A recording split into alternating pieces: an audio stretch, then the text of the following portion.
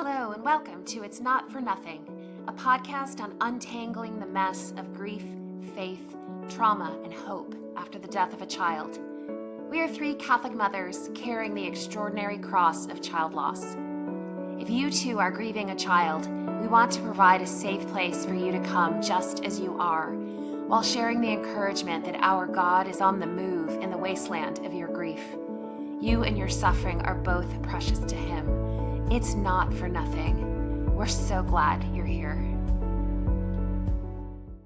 Welcome back to It's Not for Nothing. We're here with episode 53, Growing Up in Grief, the Loss of a Sibling Over Time. I'm Elizabeth Leon. I'm the Director of Family Support with Redbird Ministries, and I'm so happy to be back here today with my colleague, my friend and colleague, Miss Jessica Wilfore. And also we have a special guest today, Miss Katherine Meeks. She's coming to us from Jackson, Minnesota. So very happy to have both of you here with us today. How are you ladies? Good. We're doing okay. Warmer weather is in Iowa, which I assume maybe, Catherine, you guys are experiencing that too. Yes. So that always kind of helps lighten mood, I guess. It was a beautiful spring day. I was out in a tank top, so I really loved it. Yeah. We didn't have that today. Yesterday was really warm. Today was a little less, but you see it coming. The end is coming. Katherine, welcome to It's Not for Nothing. How are you?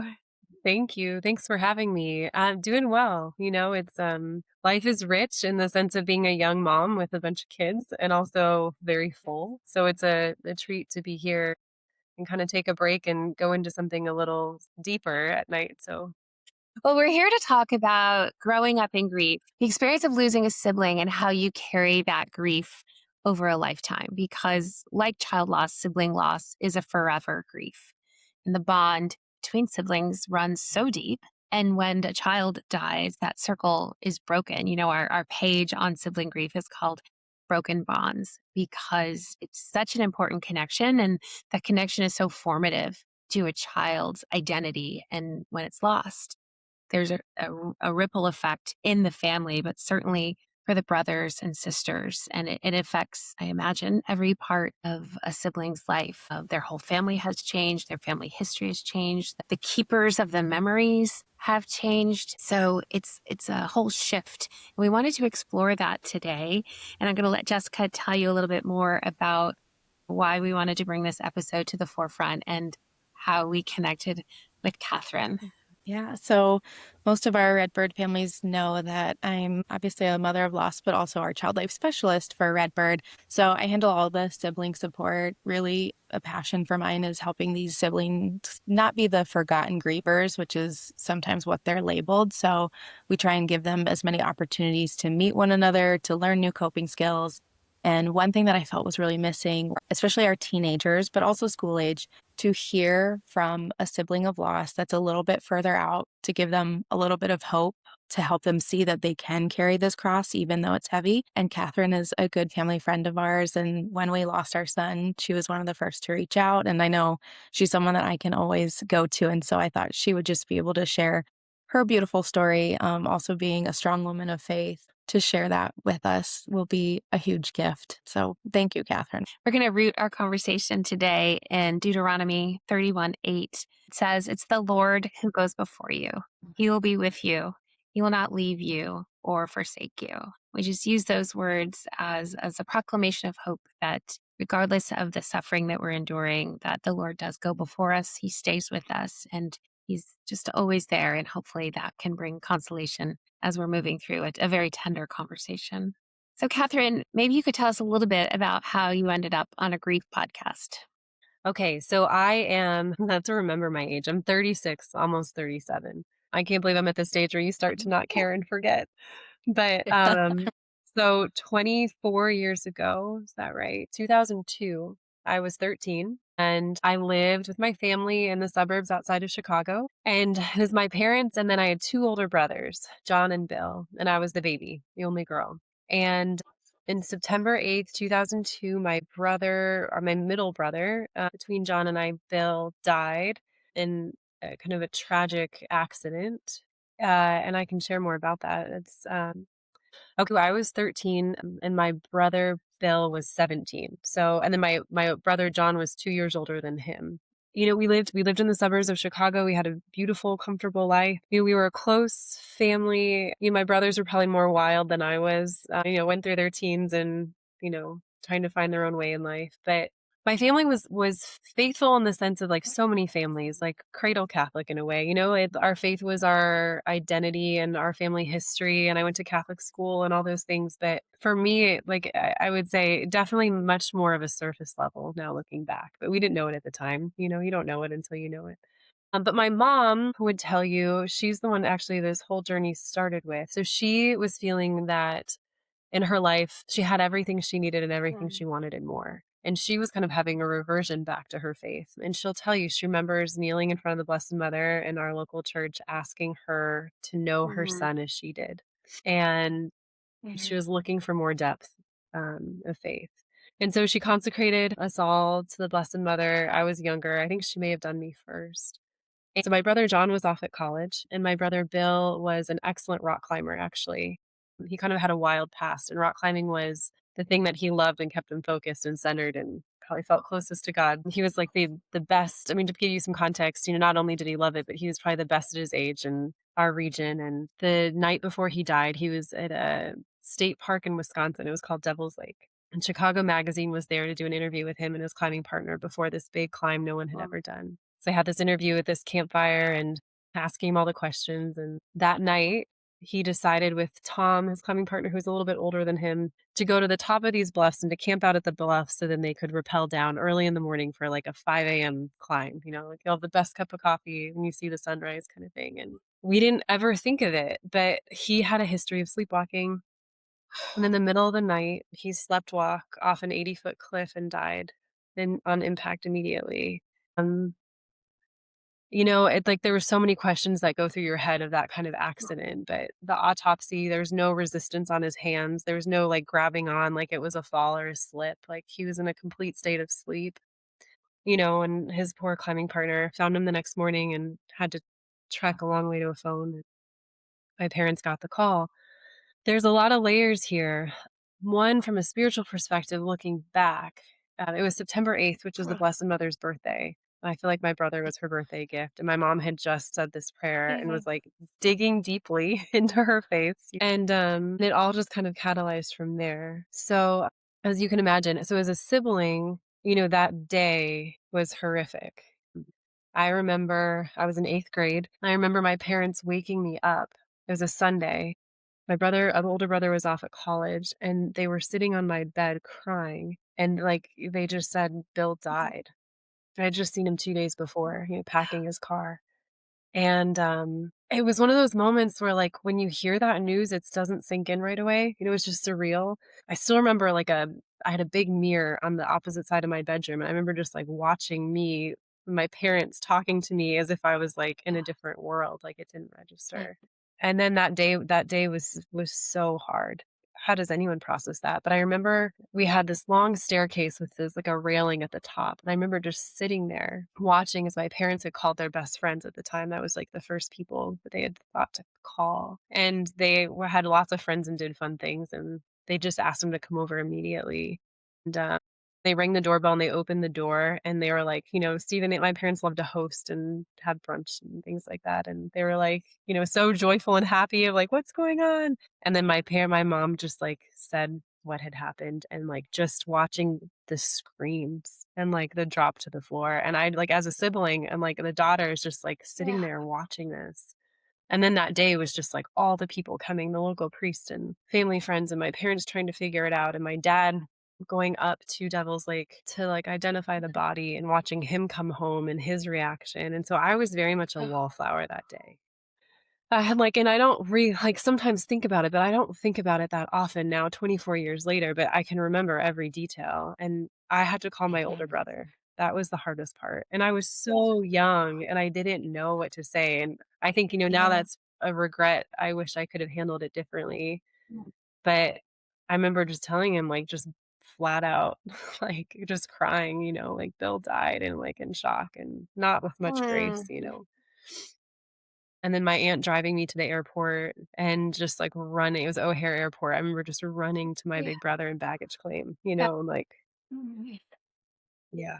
And we weren't, John and I were 6.5 years apart. So like growing up, we weren't super close, like close as like it can be in a family, but we were very much experiencing different stages of childhood at different times. But since that day, like he instantly like, and I think once you get to like end of high school and college and you mature as the baby, it's like he's been my closest friend for the rest of my life. So that has been a really beautiful gift. I'd love to know how you and your brother John, from your perspective, handled it differently, not just with him being older, but also female and male also can handle grief differently. Like, do you remember big differences? So John and Bill were very close. They were brothers, only 2 years apart. And the summer before Bill died, they took a road trip to Devil's Tower in Wyoming for a climb. And it was like the last time he had worked really hard and to transfer colleges and go to Wharton for business. He was like very serious about his career and all of that. And he and John had told me this, that they were at the top, I think it was the top of Devil's Tower. And some of these details, he'd be like, he can edit in sometime if he wants. But Bill had looked at him, and Bill wasn't like a super emotional crier. He was like, first of all, his personality was like everyone loved Bill. Like he was handsome and charismatic, and one of those personalities that kind of shocked you to the core because he always said the truth, but like with a smile because like he cared about you, but like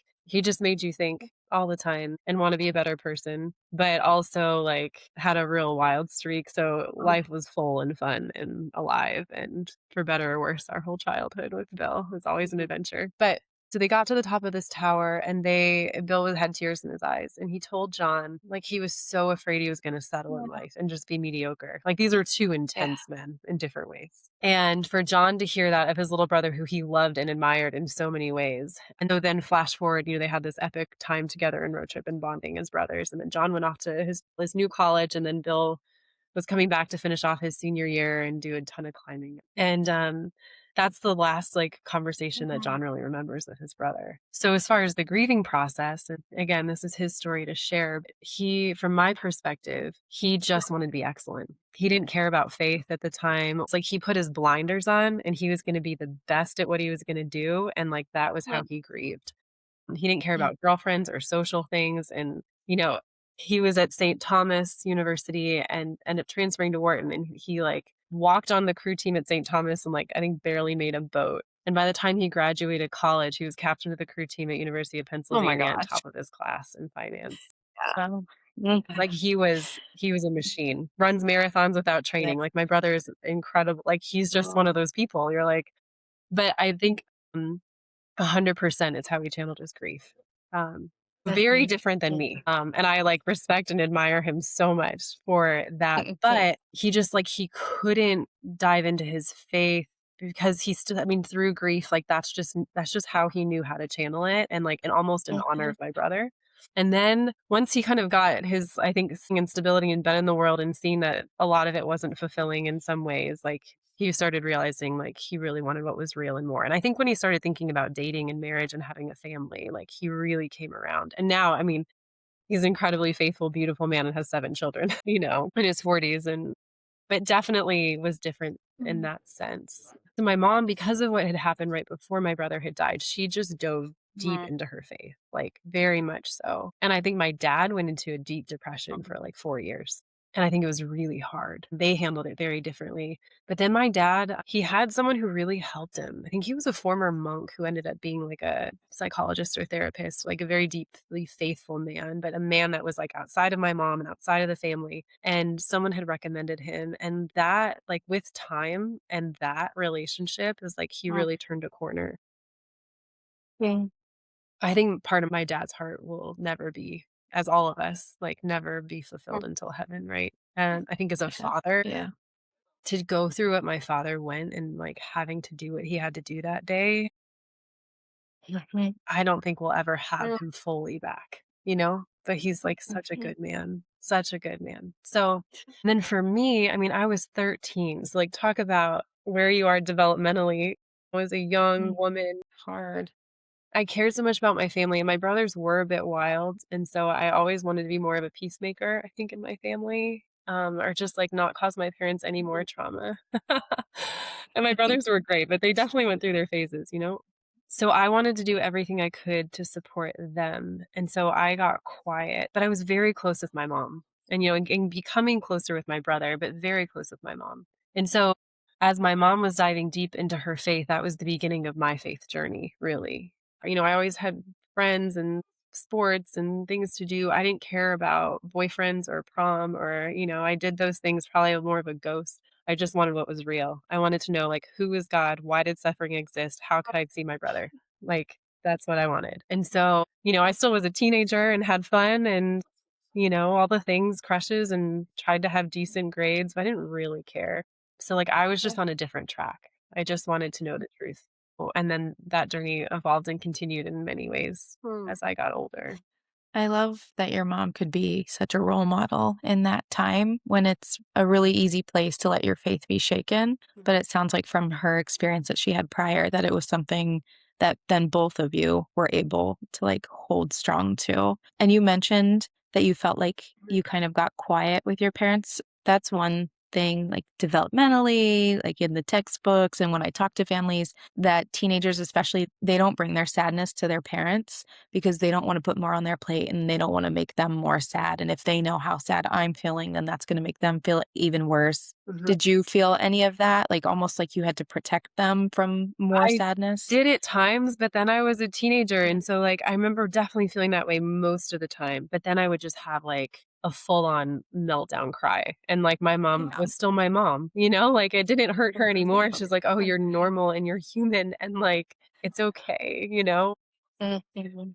And so I was pretty steady, but of course I had those moments and I really Yeah. like needed her. I had at the time, like we had a really close community and actually through grief, small towns and like networks and they're all wonderful and have benefits, but like you don't really know until you go through something like that, like the quality of your Mhm. support system. And so at the Yeah. time, and even now, like where I'm at, like there's still people I keep in touch with, but a lot of that has changed over 24 years. I'm not as close, but at the time, it was really incredible, I remember from, like, a faith perspective, I was really involved in our youth group. I had a really amazing youth minister, and I really got involved as a young person in, like, Kairos retreats, and, like, that was really therapeutic for me in those teenage years, I think. Our local priest was a good family friend. I remember, like, in 8th grade, him taking me out of, like, English class, and we just walked around the block and, like, would just, like, really ask how my heart was and how I was doing, and I think that he's still a close friend. Like, he just, like, knew me and saw me, and I really appreciated that at the time, and I knew that I could always go to him for counsel in that sense. Like, everyone just stepped up, and I think, so I was coming into high school as my brother was graduating, and then I had a lot of his friends just, like, took me in, and there was their little sister. So I Mm. felt like I think that was a Oh. confidence boost in a time of grief, of having his friends look out for me and take care of me, and he had, Mhm. I think he had some real social cred, so, like, I was Bill's little sister, so, like, I got I got some social cred just by association. Yeah, that helps because it gives you confidence when you're Yeah. really suffering. Yeah. Those early, Yeah. 13, 14, like, that really did help, I think. Yeah. Was there anything during that time that was not helpful that you can remember? Or not Yeah. even maybe just that time, even since then? Like, is there anything that you found that doesn't serve your grief? There's 2 things, and one, like, seems so like, I look back now as a mom, and I'm like, "This is so silly," because, like, when you look at the gravity of the situation, it's like, I feel kinda selfish saying it, but I do remember that day, that was so painful. I remember just sitting on the stairs kinda watching everybody, and there was some family friends that came, and I remember one of them just, like, looking at me, and I'm, like, paraphrasing, but she was like, "What are you doing sitting there? Like, help your mom. Like, take this into the kitchen," kinda thing, and I was like I was Yeah. so angry, and I was like, Yeah. I just lost my brother. Like, what are you doing? And so she wasn't thinking clearly, right? It's like she's thinking of Yeah. her friend who just lost her son, and, like, she's so Yeah. emotionally focused on that, and she's a wonderful person. Yes. But that Yes. day, like, I remember and, like, that memory, like, it was like a core memory of grief stuck. And now it's like Yeah. it seems like no big deal, whatever. But, like, that was really hard. There was a couple things like that I was just like, "I'm part of this family too," you know? Everyone's just, like, Yeah. all over the board. But like the underlying message that Yeah. you are not entitled to be extremely heartbroken. I think honestly, the only other thing is I found sometimes I think my parents had mentioned this early on too. sometimes people in a community, like, they don't want to upset you or hurt you, so they don't want to talk about it. They don't want to bring up the memory. They just want to be like, "Hi, how are you?" And like, it's like hanging there. And it was the Yeah. people of like, "Hey, I was thinking of your brother today," or like, Yeah. "How are you doing?" Yeah. Like, where like bring up a memory or something, was always actually way more cathartic, even if it brought tears, than like it didn't exist, we're not going to touch it. I think that's the most hurtful because you have this hole in your heart and like any memory of him like brings that connection and that love and that like he was somebody Mhm. worth remembering, Yeah. Yeah. Yeah. Totally. Yeah. I feel that. I think it's like people think, yeah, if I don't mention Bill, then maybe it won't make her sad, or maybe we can all move past this. Like, but Yeah. really that just hurts the most. Yeah. Yeah, it's okay to be like, this sucks. Like, this is really hard, Yeah. and it's Yeah. okay. Yeah. How did the grief in your family grow and change over these last couple decades? Yeah, here's the crazy thing. I've said this to several people. Hindsight's 2020, but I do not think my family would really know Christ if my brother didn't die. Yeah. And I don't know, like, I couldn't always say this. I don't know if I would take it back, which is crazy. Like, of course I would. Like, of course. Like, would I give anything to hug him and see him? Like, still, I haven't cried about it in so long, 24 years later, of course. But when you change your mindset of like, who are we and where are we going? Like, this is a suffering and I want that healing. Like, yes, I want my brother back. But if I know truly our goal is heaven and like he's there and Yeah. all the graces that have come and like the divine medicine that comes from suffering and like this weird twisted Christian way is I wouldn't have the relationship I have with God if Bill hadn't died. And like if Mm, heaven is our goal, like I want to do everything I can to get there to be with him, but like he's already there. He's happy, like yeah. he's at peace. And so like I just want to be a saint to get there. And it took, that wasn't always my mentality. So through time, like that's where I've come to. And like, man, I can't wait for that feast, I can't wait for that party in heaven, but it's only going to be a true party if like I can get all the people I love there. Yeah. And so that is how my perspective has evolved over time. Immediately it's just like that hole and ache and like nothing can fill it. And then it's like all the stages of like why, and then it's wanting to go deeper and you feel like you're alone because other people aren't asking the exact same questions who are walking and accompanying you in life, yet you love. I just went through so many times, I think high school and college where like I could so easily dive into a friend group and do all the normal social things. And then I would be like, my brother was a unique character. Like he really was someone who made you check yourself. Like, am I being the best version of myself kind of thing? I remember being my sophomore year of college and looking in the mirror and being like, Bill would hate me. He would think I am such a fraud. Like I joined a sorority and I'm partying and like I'm just like going with the flow. And I was like, who am I? But it was just easy at the time. Like I was no longer Bill's little sister. I went to college. It was a fresh start. I just wanted to have fun. And it was so easy. And then I just like actually it was my sophomore year of college. I like truly I like quit everything. And I just was like, I need to figure out who I am and like where the Lord wants me and not just follow the crowd because I fell into it. And that was a really painful process. And so that was 6 years after he died. But I think just like, being a 13-year-old and finally becoming your own adult on your own, that's really, I think, when I did my deepest, hardest work. And then really like went on a journey of like really trying to know my faith. I remember like in this process of like going to a party and still rolling out of bed at like 6:30 for morning mass and like really living in that tension, trying to like figure it out. And it was good. I mean, you have to. It's like it was some people do it later in life, some people do it earlier in life, but like I really had to figure out who I was. And like with my brother is kind of my like center light. But the grief really creating a space or like carving a space where this deeper reality could grow in you. Because, plenty of people live on the surface. They do. And those of us that know this kind of deep grief live and move in the world in a different way. And I think actually I haven't really processed this until now. I think that having that community was so important to start, like when someone loses a sibling, because it gives you a place to just like be loved. and cared for in ways that you can't care for yourself in a time when you're grieving. But I think also being the age that I was, it then became kind of part of my identity. And I just wanted to like take care of the people around me. So it really wasn't me. It wasn't until leaving that space that I like really was able to grieve. And like, I don't think I really, I mean, I did that first year, but in a different way. And it wasn't because Yeah. like I needed to leave the space because I didn't have supportive parents or because I wasn't loved. It wasn't, it was the exact opposite actually. Like you have to do it authentically in your own time. And I think that surprised me because I think I had already done it. And then it kind of snuck up on Yeah. me 6 years later because I was always so worried about kind of everyone else, if that makes sense. Just my temperament and personality. I imagine in a close family like you've described, the grief is so enmeshed in all of you together. Like it'd be nearly impossible to separate your Yes. grief from your dad's, from your mom's, from your brothers. And really until you're Yes. differentiating and probably also maturity, like your brain and your heart and your body and spirit are growing. But that shift really Yeah. made the space, I guess, for your grief to emerge. Yeah. And I share that just like if there are younger teens who've gone through this, whoever listened to this, like it may sneak up on you and that's okay. Sometimes you think when you're younger, you think you have it all together. And then like when you're not fully developed or understand or whatever your dynamics are, like it's okay. You're not losing if it sneaks up on you later, but it like you have to face it.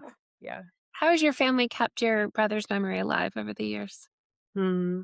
Really just we've all moved so much since then, which is interesting. So it's not place, it's conversation and stories. And I think as my brother and I have 4, he has 7, sharing like stories with our children and cousins and like grandparents sharing stories with that next generation. I think now it's like, there's still that hole never goes away, but there's a different joy, of like sharing the legacy. And my boys have a picture of him like scaling rock climbing in his room. And to think like, there's that ache of like, I wish my boys knew Yeah. their uncle.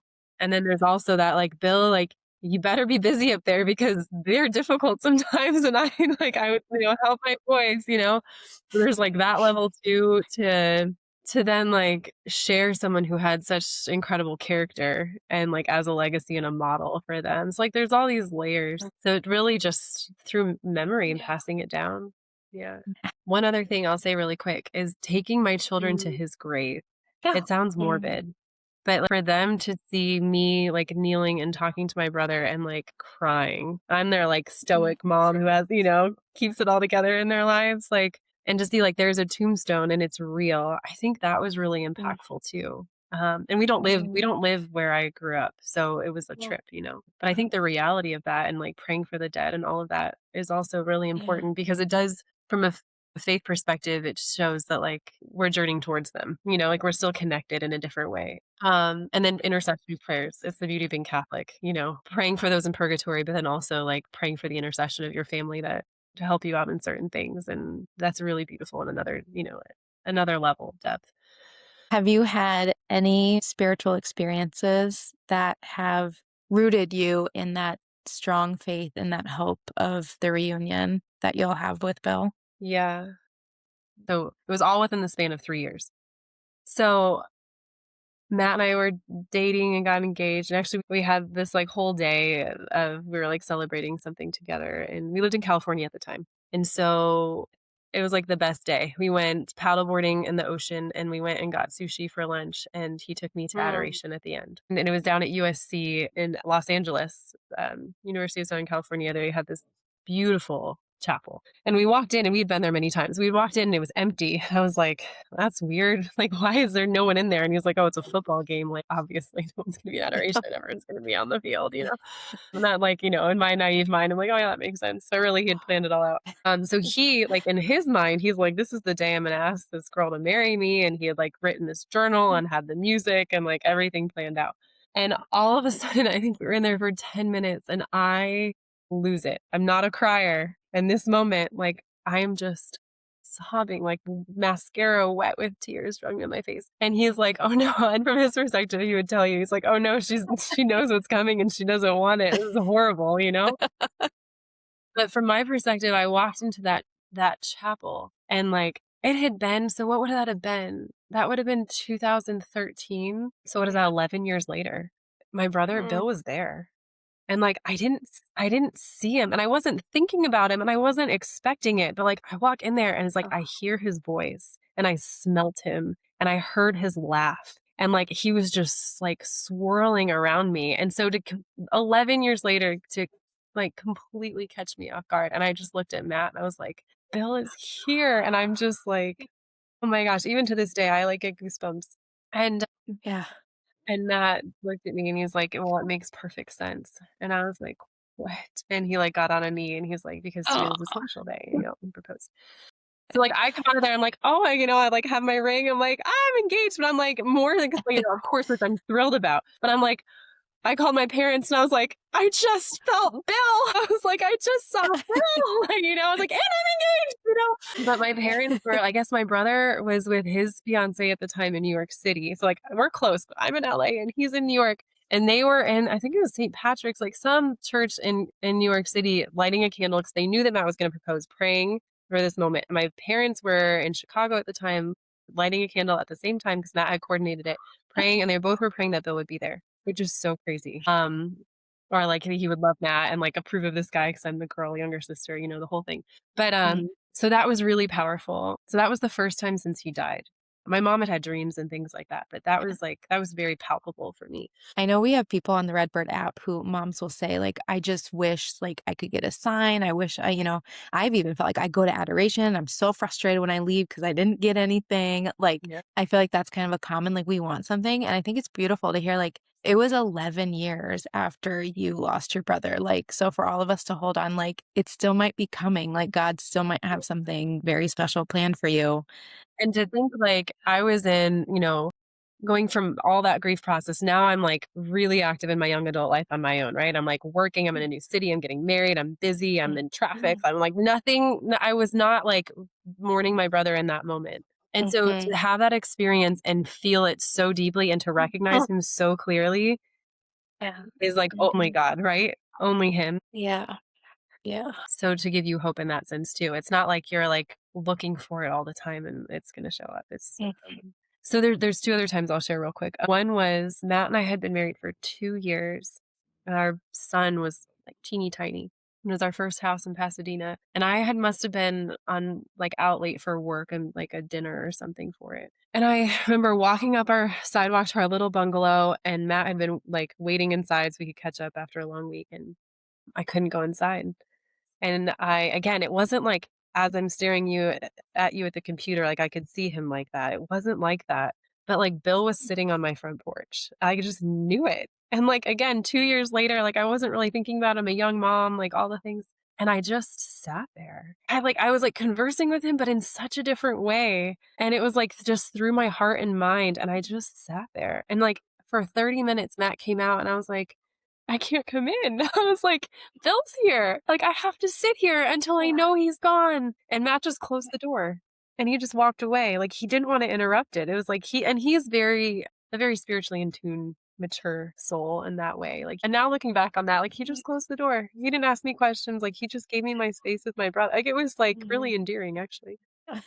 And I was out there for like 2.5 hours. And then it came a point where I was like, he's gone. Like, he's totally gone. And I just walked inside and like caught up with Matt. There was the last time, and it was at Easter Mass, and my son Ralph was 2. We were living in Pasadena. And the Easter Mass, my mother-in-law was visiting.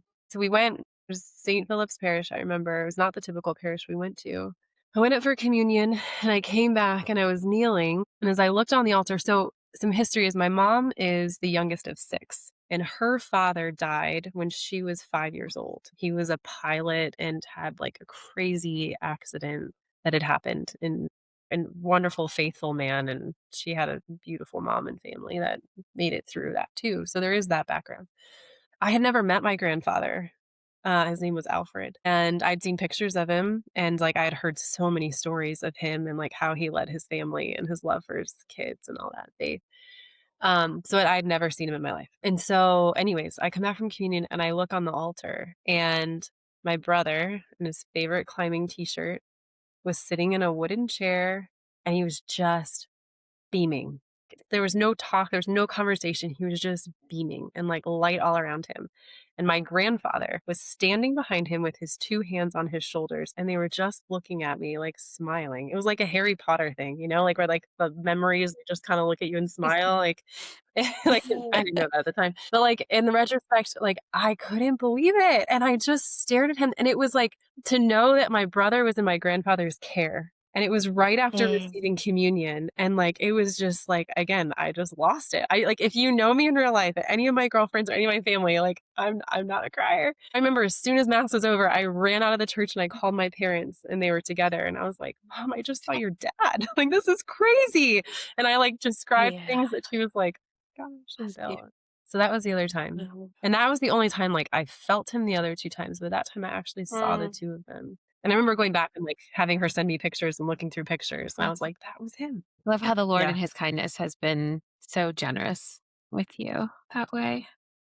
So that was when my son was 2. He's 10 now. Like nothing, not a single thing, nothing since then. And I don't look for it, but like I have thought, I think subconsciously, like, I bet that's all over, like it was just this little period of time and that's enough. It's not like, I don't think we're supposed to be looking for it. I think the Lord in certain times gives us consolations in different ways to help us through a certain period. Sometimes, it doesn't all make sense to me. I remember the day after we lost Hudson, our priest, who we were very close with, he came to our house and he said, the Lord will give you consolations to know that Hudson's in heaven. And I won't get into all those things. We've gotten like little things. I haven't had anything to that level, but I remember thinking like, that's a pretty bold statement for you to make. Like, because now I'm holding on, like something better happen. Yeah. But I think like how you said that it's good to not look for it, but that the Lord can give you that consolation.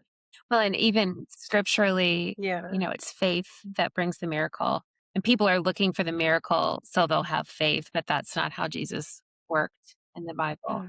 We don't know. I'm not trying to put words in why Jesus does what he does or doesn't do, but it is such a gift. Yeah, thank you for sharing that with us. And thank you for sharing your whole story. Like, incredible act of generosity and vulnerability for our community. We're really grateful for you.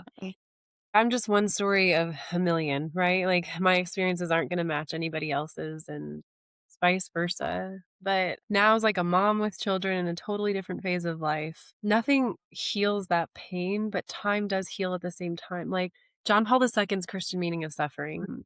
Like there's one little story about him that I think about in a lot of different contexts of grief. And my husband and I were in Rome and someone who had known his photographer recently had shared it with us, and I like think about it often. And he said that the Holy Father at the time would like kind of sneak out in the city and he just like needed his normalcy in some ways. There was tons of homeless people suffering in the streets. And he would always like kneel down and talk to them. And there's like photographer, bodyguard, whoever it was who was always with him. And one time he like had the guts to ask him, like, what are you doing? Are you giving these people's confessions or whatever? And he said, no, I'm asking them, and thinking that like, oh, the Holy Father would be praying for them, right? They're suffering.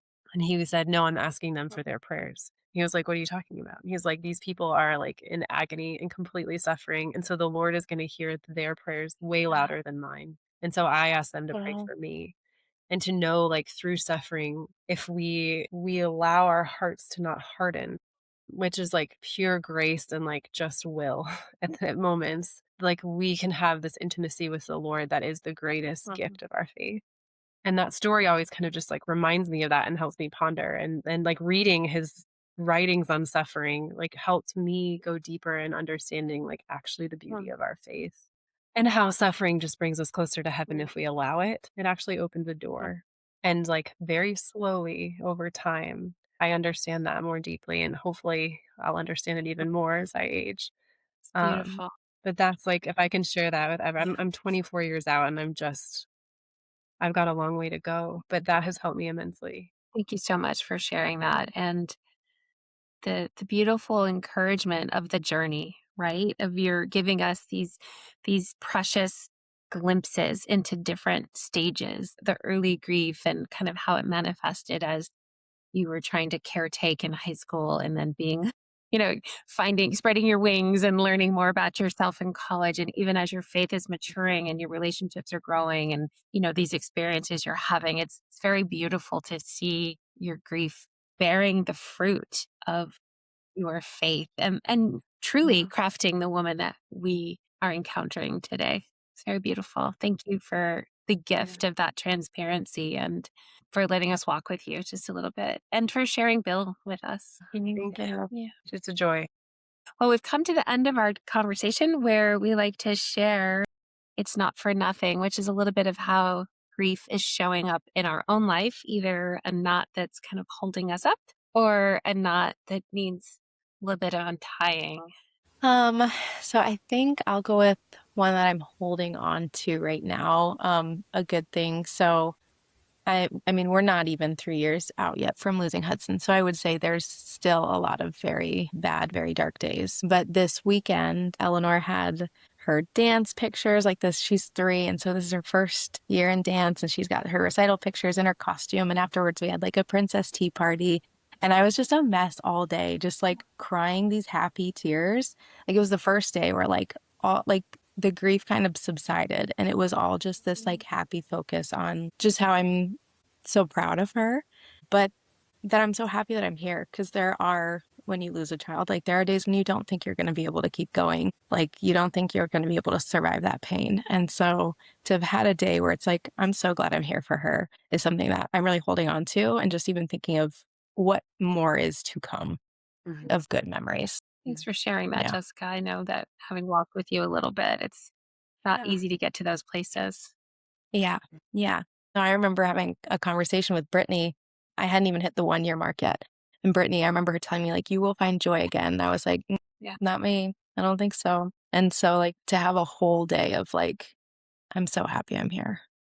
Yeah, just coming off Yeah. a revival retreat in New York where we were walking with 18 grieving mothers. So I think, when we have this opportunity to serve and share our stories and walk closely with women, I see kind of what you've been speaking of, Catherine, which is absolutely my own experience with my grief, but just the beauty that comes from the immense pain. And that because we know the suffering we do, we're equipped to be in spaces with others that know suffering and need those voices and need that encouragement. So just sitting in the wonder and the mystery and the bewildering gratitude of how beautiful our sufferings are when they manifest this fruit in our lives. So I'm sitting in that place. What about you, Catherine? Is there anything you can think of you'd like to share in addition to this amazing conversation? And I remember even just, giving my daughter a bath and thinking like, oh, I have this podcast tonight, like just trying to reflect on things. Feeling sometimes because life is so full right now, and I am not in the same location or the same place, nor am I around the same community. Like feeling like not keeping his memory alive as much as I want to, like everything I told you about sharing stories with my kids and his picture in the bedroom and all of that, but it's sometimes I was like, "Man, I haven't been doing it enough."